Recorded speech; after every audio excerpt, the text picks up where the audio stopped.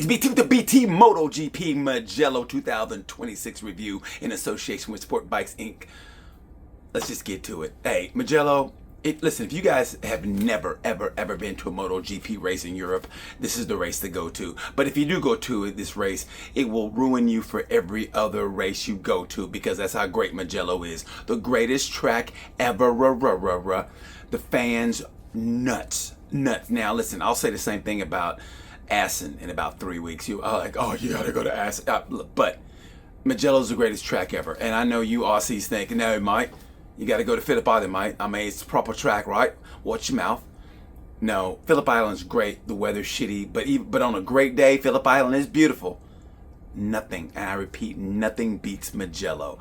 1994 Selma Hayek in a two-piece bikini doesn't beat Mugello. Close. But doesn't beat Mugello. That's how great Mugello is. But hey, let's just get to it. I got sidetracked. When you say Selma Hayek, you go, oh, I feel funny. All right, here we go. First of all, I'll start with Moto 3. Moto 3, holy shit. Until that was like, I think the largest margin of victory. Brian Uriarte, that kid, listen, I was in Aragon last year when he made the move. Is it off camber? The last turn, he passed on the outside in Red Bull Rookies Cup, and I was like, holy shit, who is this kid? He was right of the race. Man, great race by him. And, you know, and listen, I love my man Maximo. I love Maxi, but man, he's got to get a hold of his temper. He looked like a spoiled brat. I mean, look, he almost lost it. He almost high-sided, and a great way to come back, and then something happened. He went back into the pack. He could have won it. It happens, man. It's Moto 3, but still, man, it doesn't look good on TV. Granted, I like that he has passion, but look like a spoiled brat the way he was throwing stuff around. I mean, but hey, you know what? He's a teenager. He's what, 18? Who didn't do that? So, love you, Maximo. Let's keep that temperature under the temp under control. But great job, man, by everybody. Moto 3. But heartbreak goes to Maximo. Rider of the race, Brian Uriarte. Moto 2. Manuel Gonzalez is riding like a man possessed by the devil. I mean, he is. I think listen, there's a rumor is that he might go to Trackhouse. And there also a rumor is he's going to WSBK because there's no seat for him in MotoGP. Which, man, it breaks my heart because last year, man, the look on his face, you know, Manuel Gonzalez, he's always been cool to me. He kind of a little bit like in a good way, like a smart ass, but in a good way, like a playful way.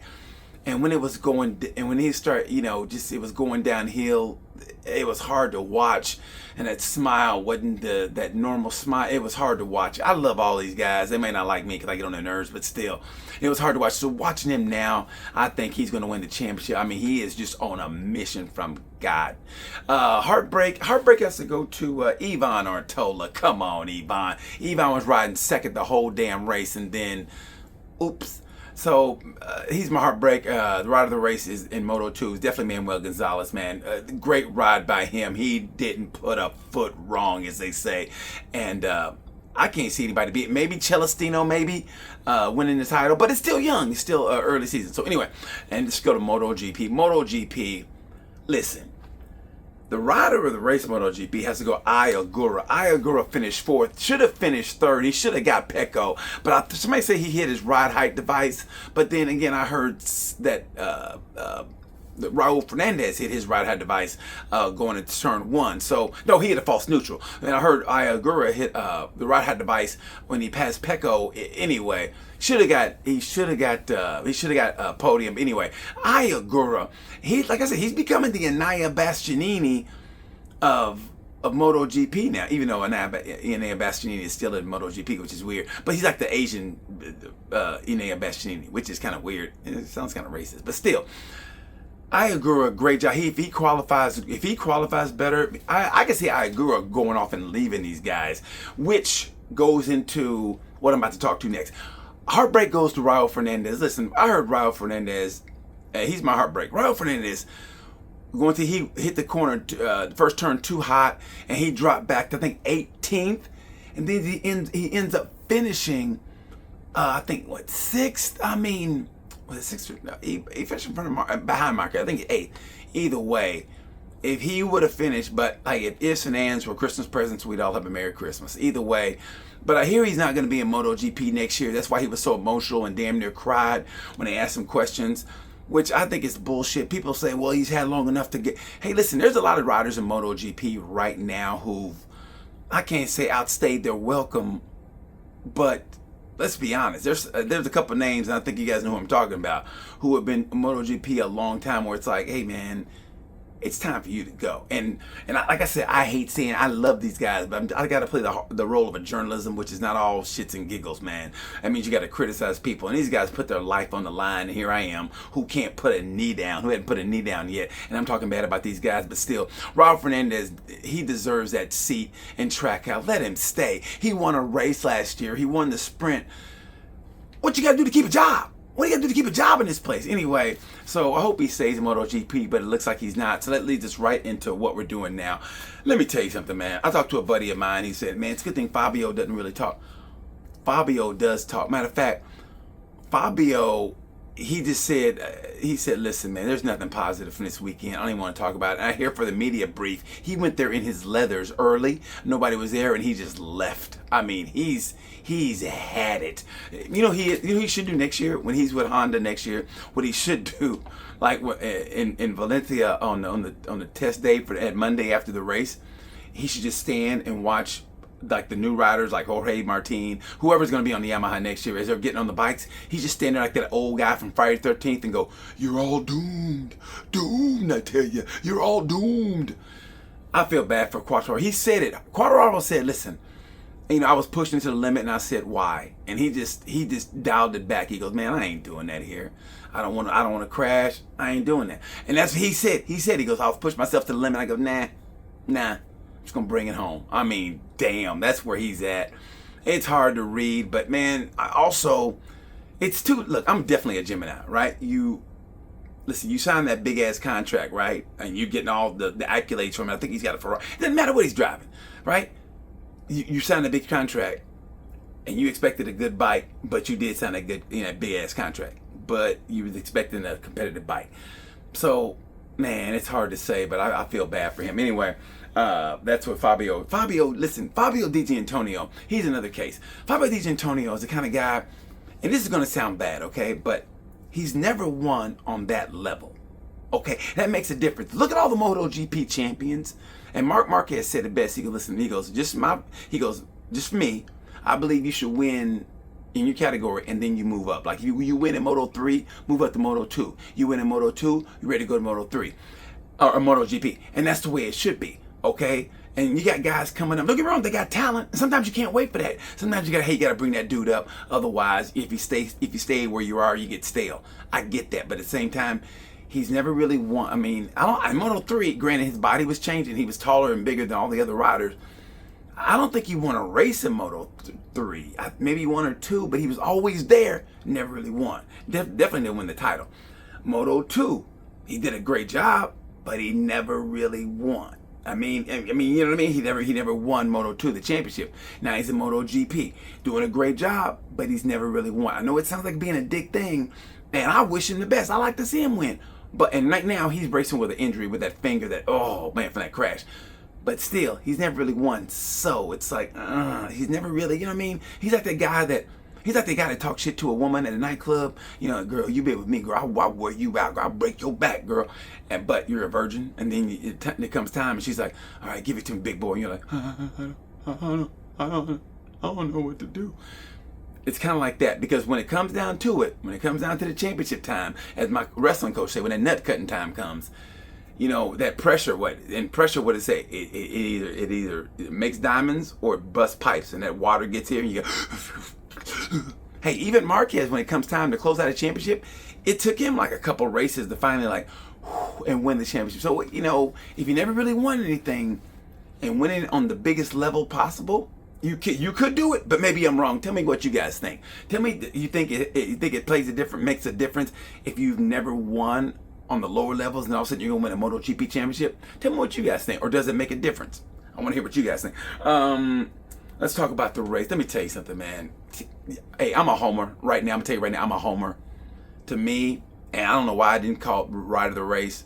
What Mark Marquez did knowing he was injured and what he said after the race, that made the whole. I mean, he was like that gunfighter, right? Back in the cowboy days, and he's got like maybe 2 guns, right, with maybe 12 bullets, and there's a whole army coming at me. He just, and that's what he did. It was almost like Custer's last stand.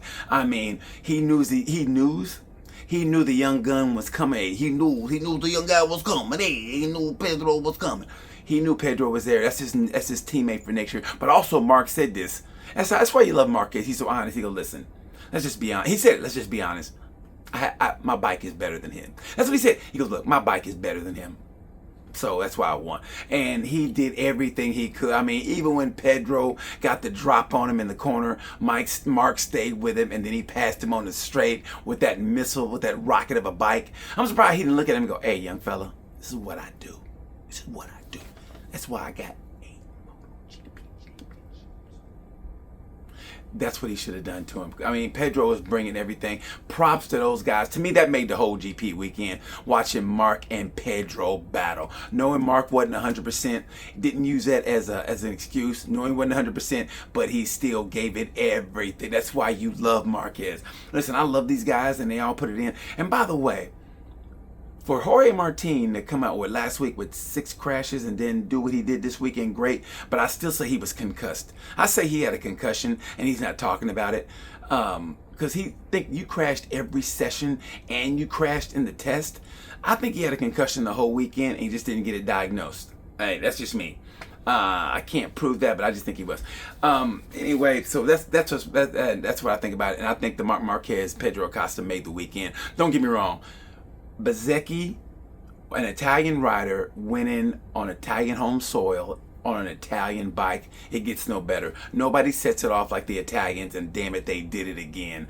I mean, it was a great weekend, the greatest track ever. I give the whole GP, I think I probably give it a B+ because Moto2 really wasn't that exciting. MotoGP, I thought the sprint wasn't that exciting, but I like Marquez and Pedro Acosta made that race to me. They really did. So I give it a B+. Tell me what you guys give it. Also in the sprint, and I keep forgetting to review the sprint. Diego Moreira is gonna be trouble for these boys. Let me tell you something. Then they all said it. I don't know if you guys remember 3 or 4 years ago when Diego Moreira was in Moto3, and they said, who do you think's gonna win the championship? And they all said Diego Moreira. And on dirt track, and correct me if I'm wrong, he won the Rossi's little race they have at the ranch. Meanwhile, back at the ranch, Diego Moreira and whoever his partner was, they won the race. I think they beat Rossi and Marini. Diego Moreira is going to be hell. He's going to be, if it's going to be him and Fabio, or him and whoever his teammate's going to be, Diego Moreira is going to be hell next year, and definitely 3 or 4 years from now. Holy crap, that kid is talented, and once he gets it, he's gonna got it. Props to him. He doesn't crash the bike too much. He pushes. Anyway, so that's what I got. I want you guys to tell me what I'm missing here. I thought one of the funniest things ever. That's why you love Marquez. He's battling with Pedro, and he's getting tired, and he goes, okay, it's got to be close to the end. He says, he looks at the pit board, and it said 10 more laps to go, and he goes, oh, shit. So I thought that was funny. He said they think he probably won't be 100% until Assen, maybe, and even Mark is going, hey, maybe the Sasha ring. Either way, I thought it was a good GP. Great to see Mark battling the back, and he's got a different look on his face now. Can you guys notice the look on his face before the season started, during the season, up until now, and now it's a different look. This weekend he had a different look on his face. So he's what, 102 points down. I don't know if he can come back, and what that depends on coming back is he's gonna need help. Maybe his brother coming back, and maybe Agura fighting with those guys. Even though Agura is ahead of Mark, if Agura, he needs somebody between Bezzecchi, especially Bezzecchi and Martin, kind of as a buffer zone. And if he can get somebody, if Pedro can play spoiler every now and then, if Alex can play spoiler or Agura, that's going to help him. But he's going to have to win sprint, race. But it's a long season. But then, like I said, comes down to title time. You never know. Bezzecchi's won a championship though. I think he won Moto2, or did he win Moto2? Or or Moto 3. I don't know. I don't know if Bezecchi's won. I think he has, but I got to check this out. But watch and see if he has it, because it's going to depend on that. Maybe he chokes. We'll see. But he's racing great right now. Props to Bezecchi. I love the guy. I think he's funny. Props to Jorge Martin. But like I said, I think he was concussed. And Pecco, even though Pecco's expecting a kid, I think it's great. And Pecco said something I thought was kind of cool. He goes, "Hey, listen, man, don't put my business out there. Don't put my my personal business out there. Let's stick to racing." And I thought that was kind of cool. So, hey, that's pretty much it. I love the GP. I wanted to come at you with some different stuff, like I said, about the Raul Fernandez. And great to see Kyle Crutchlow back, even though he's 40 and he's in the back of the grid. He's having a great time, having his daughter there. It just touched me. Anyway, I know I'm missing something. You guys are going to tell me that it's going way too long than I wanted to, but still, I thought, I love the GP. I give it a B+. Fabio D. Everything. Tell me what you guys think. Tell me what I missed. But like I said, I think the best part of the GP was watching Marquez and Acosta. Hopefully that is the future for next year. That's what I want to see. It was like watching, you know what? It's kind of like watching Ali before he, took place. It's like watching Ali and a young gun come up. That's what it was like. Maybe a young Tyson. You know, if Ali wasn't all messed up, it was like kind of like Ali. Young Tyson, kind of keep him off with that jab. And even though Marquez says, I knew I was going to lose the battle, but I still fought anyway. How can you not love this dude? And that's what it was. Anyway, I went on way too long. Thanks for listening. Thanks for waiting. Tell me what you guys think. Tell me what I missed. Until then, you know the word. Peace.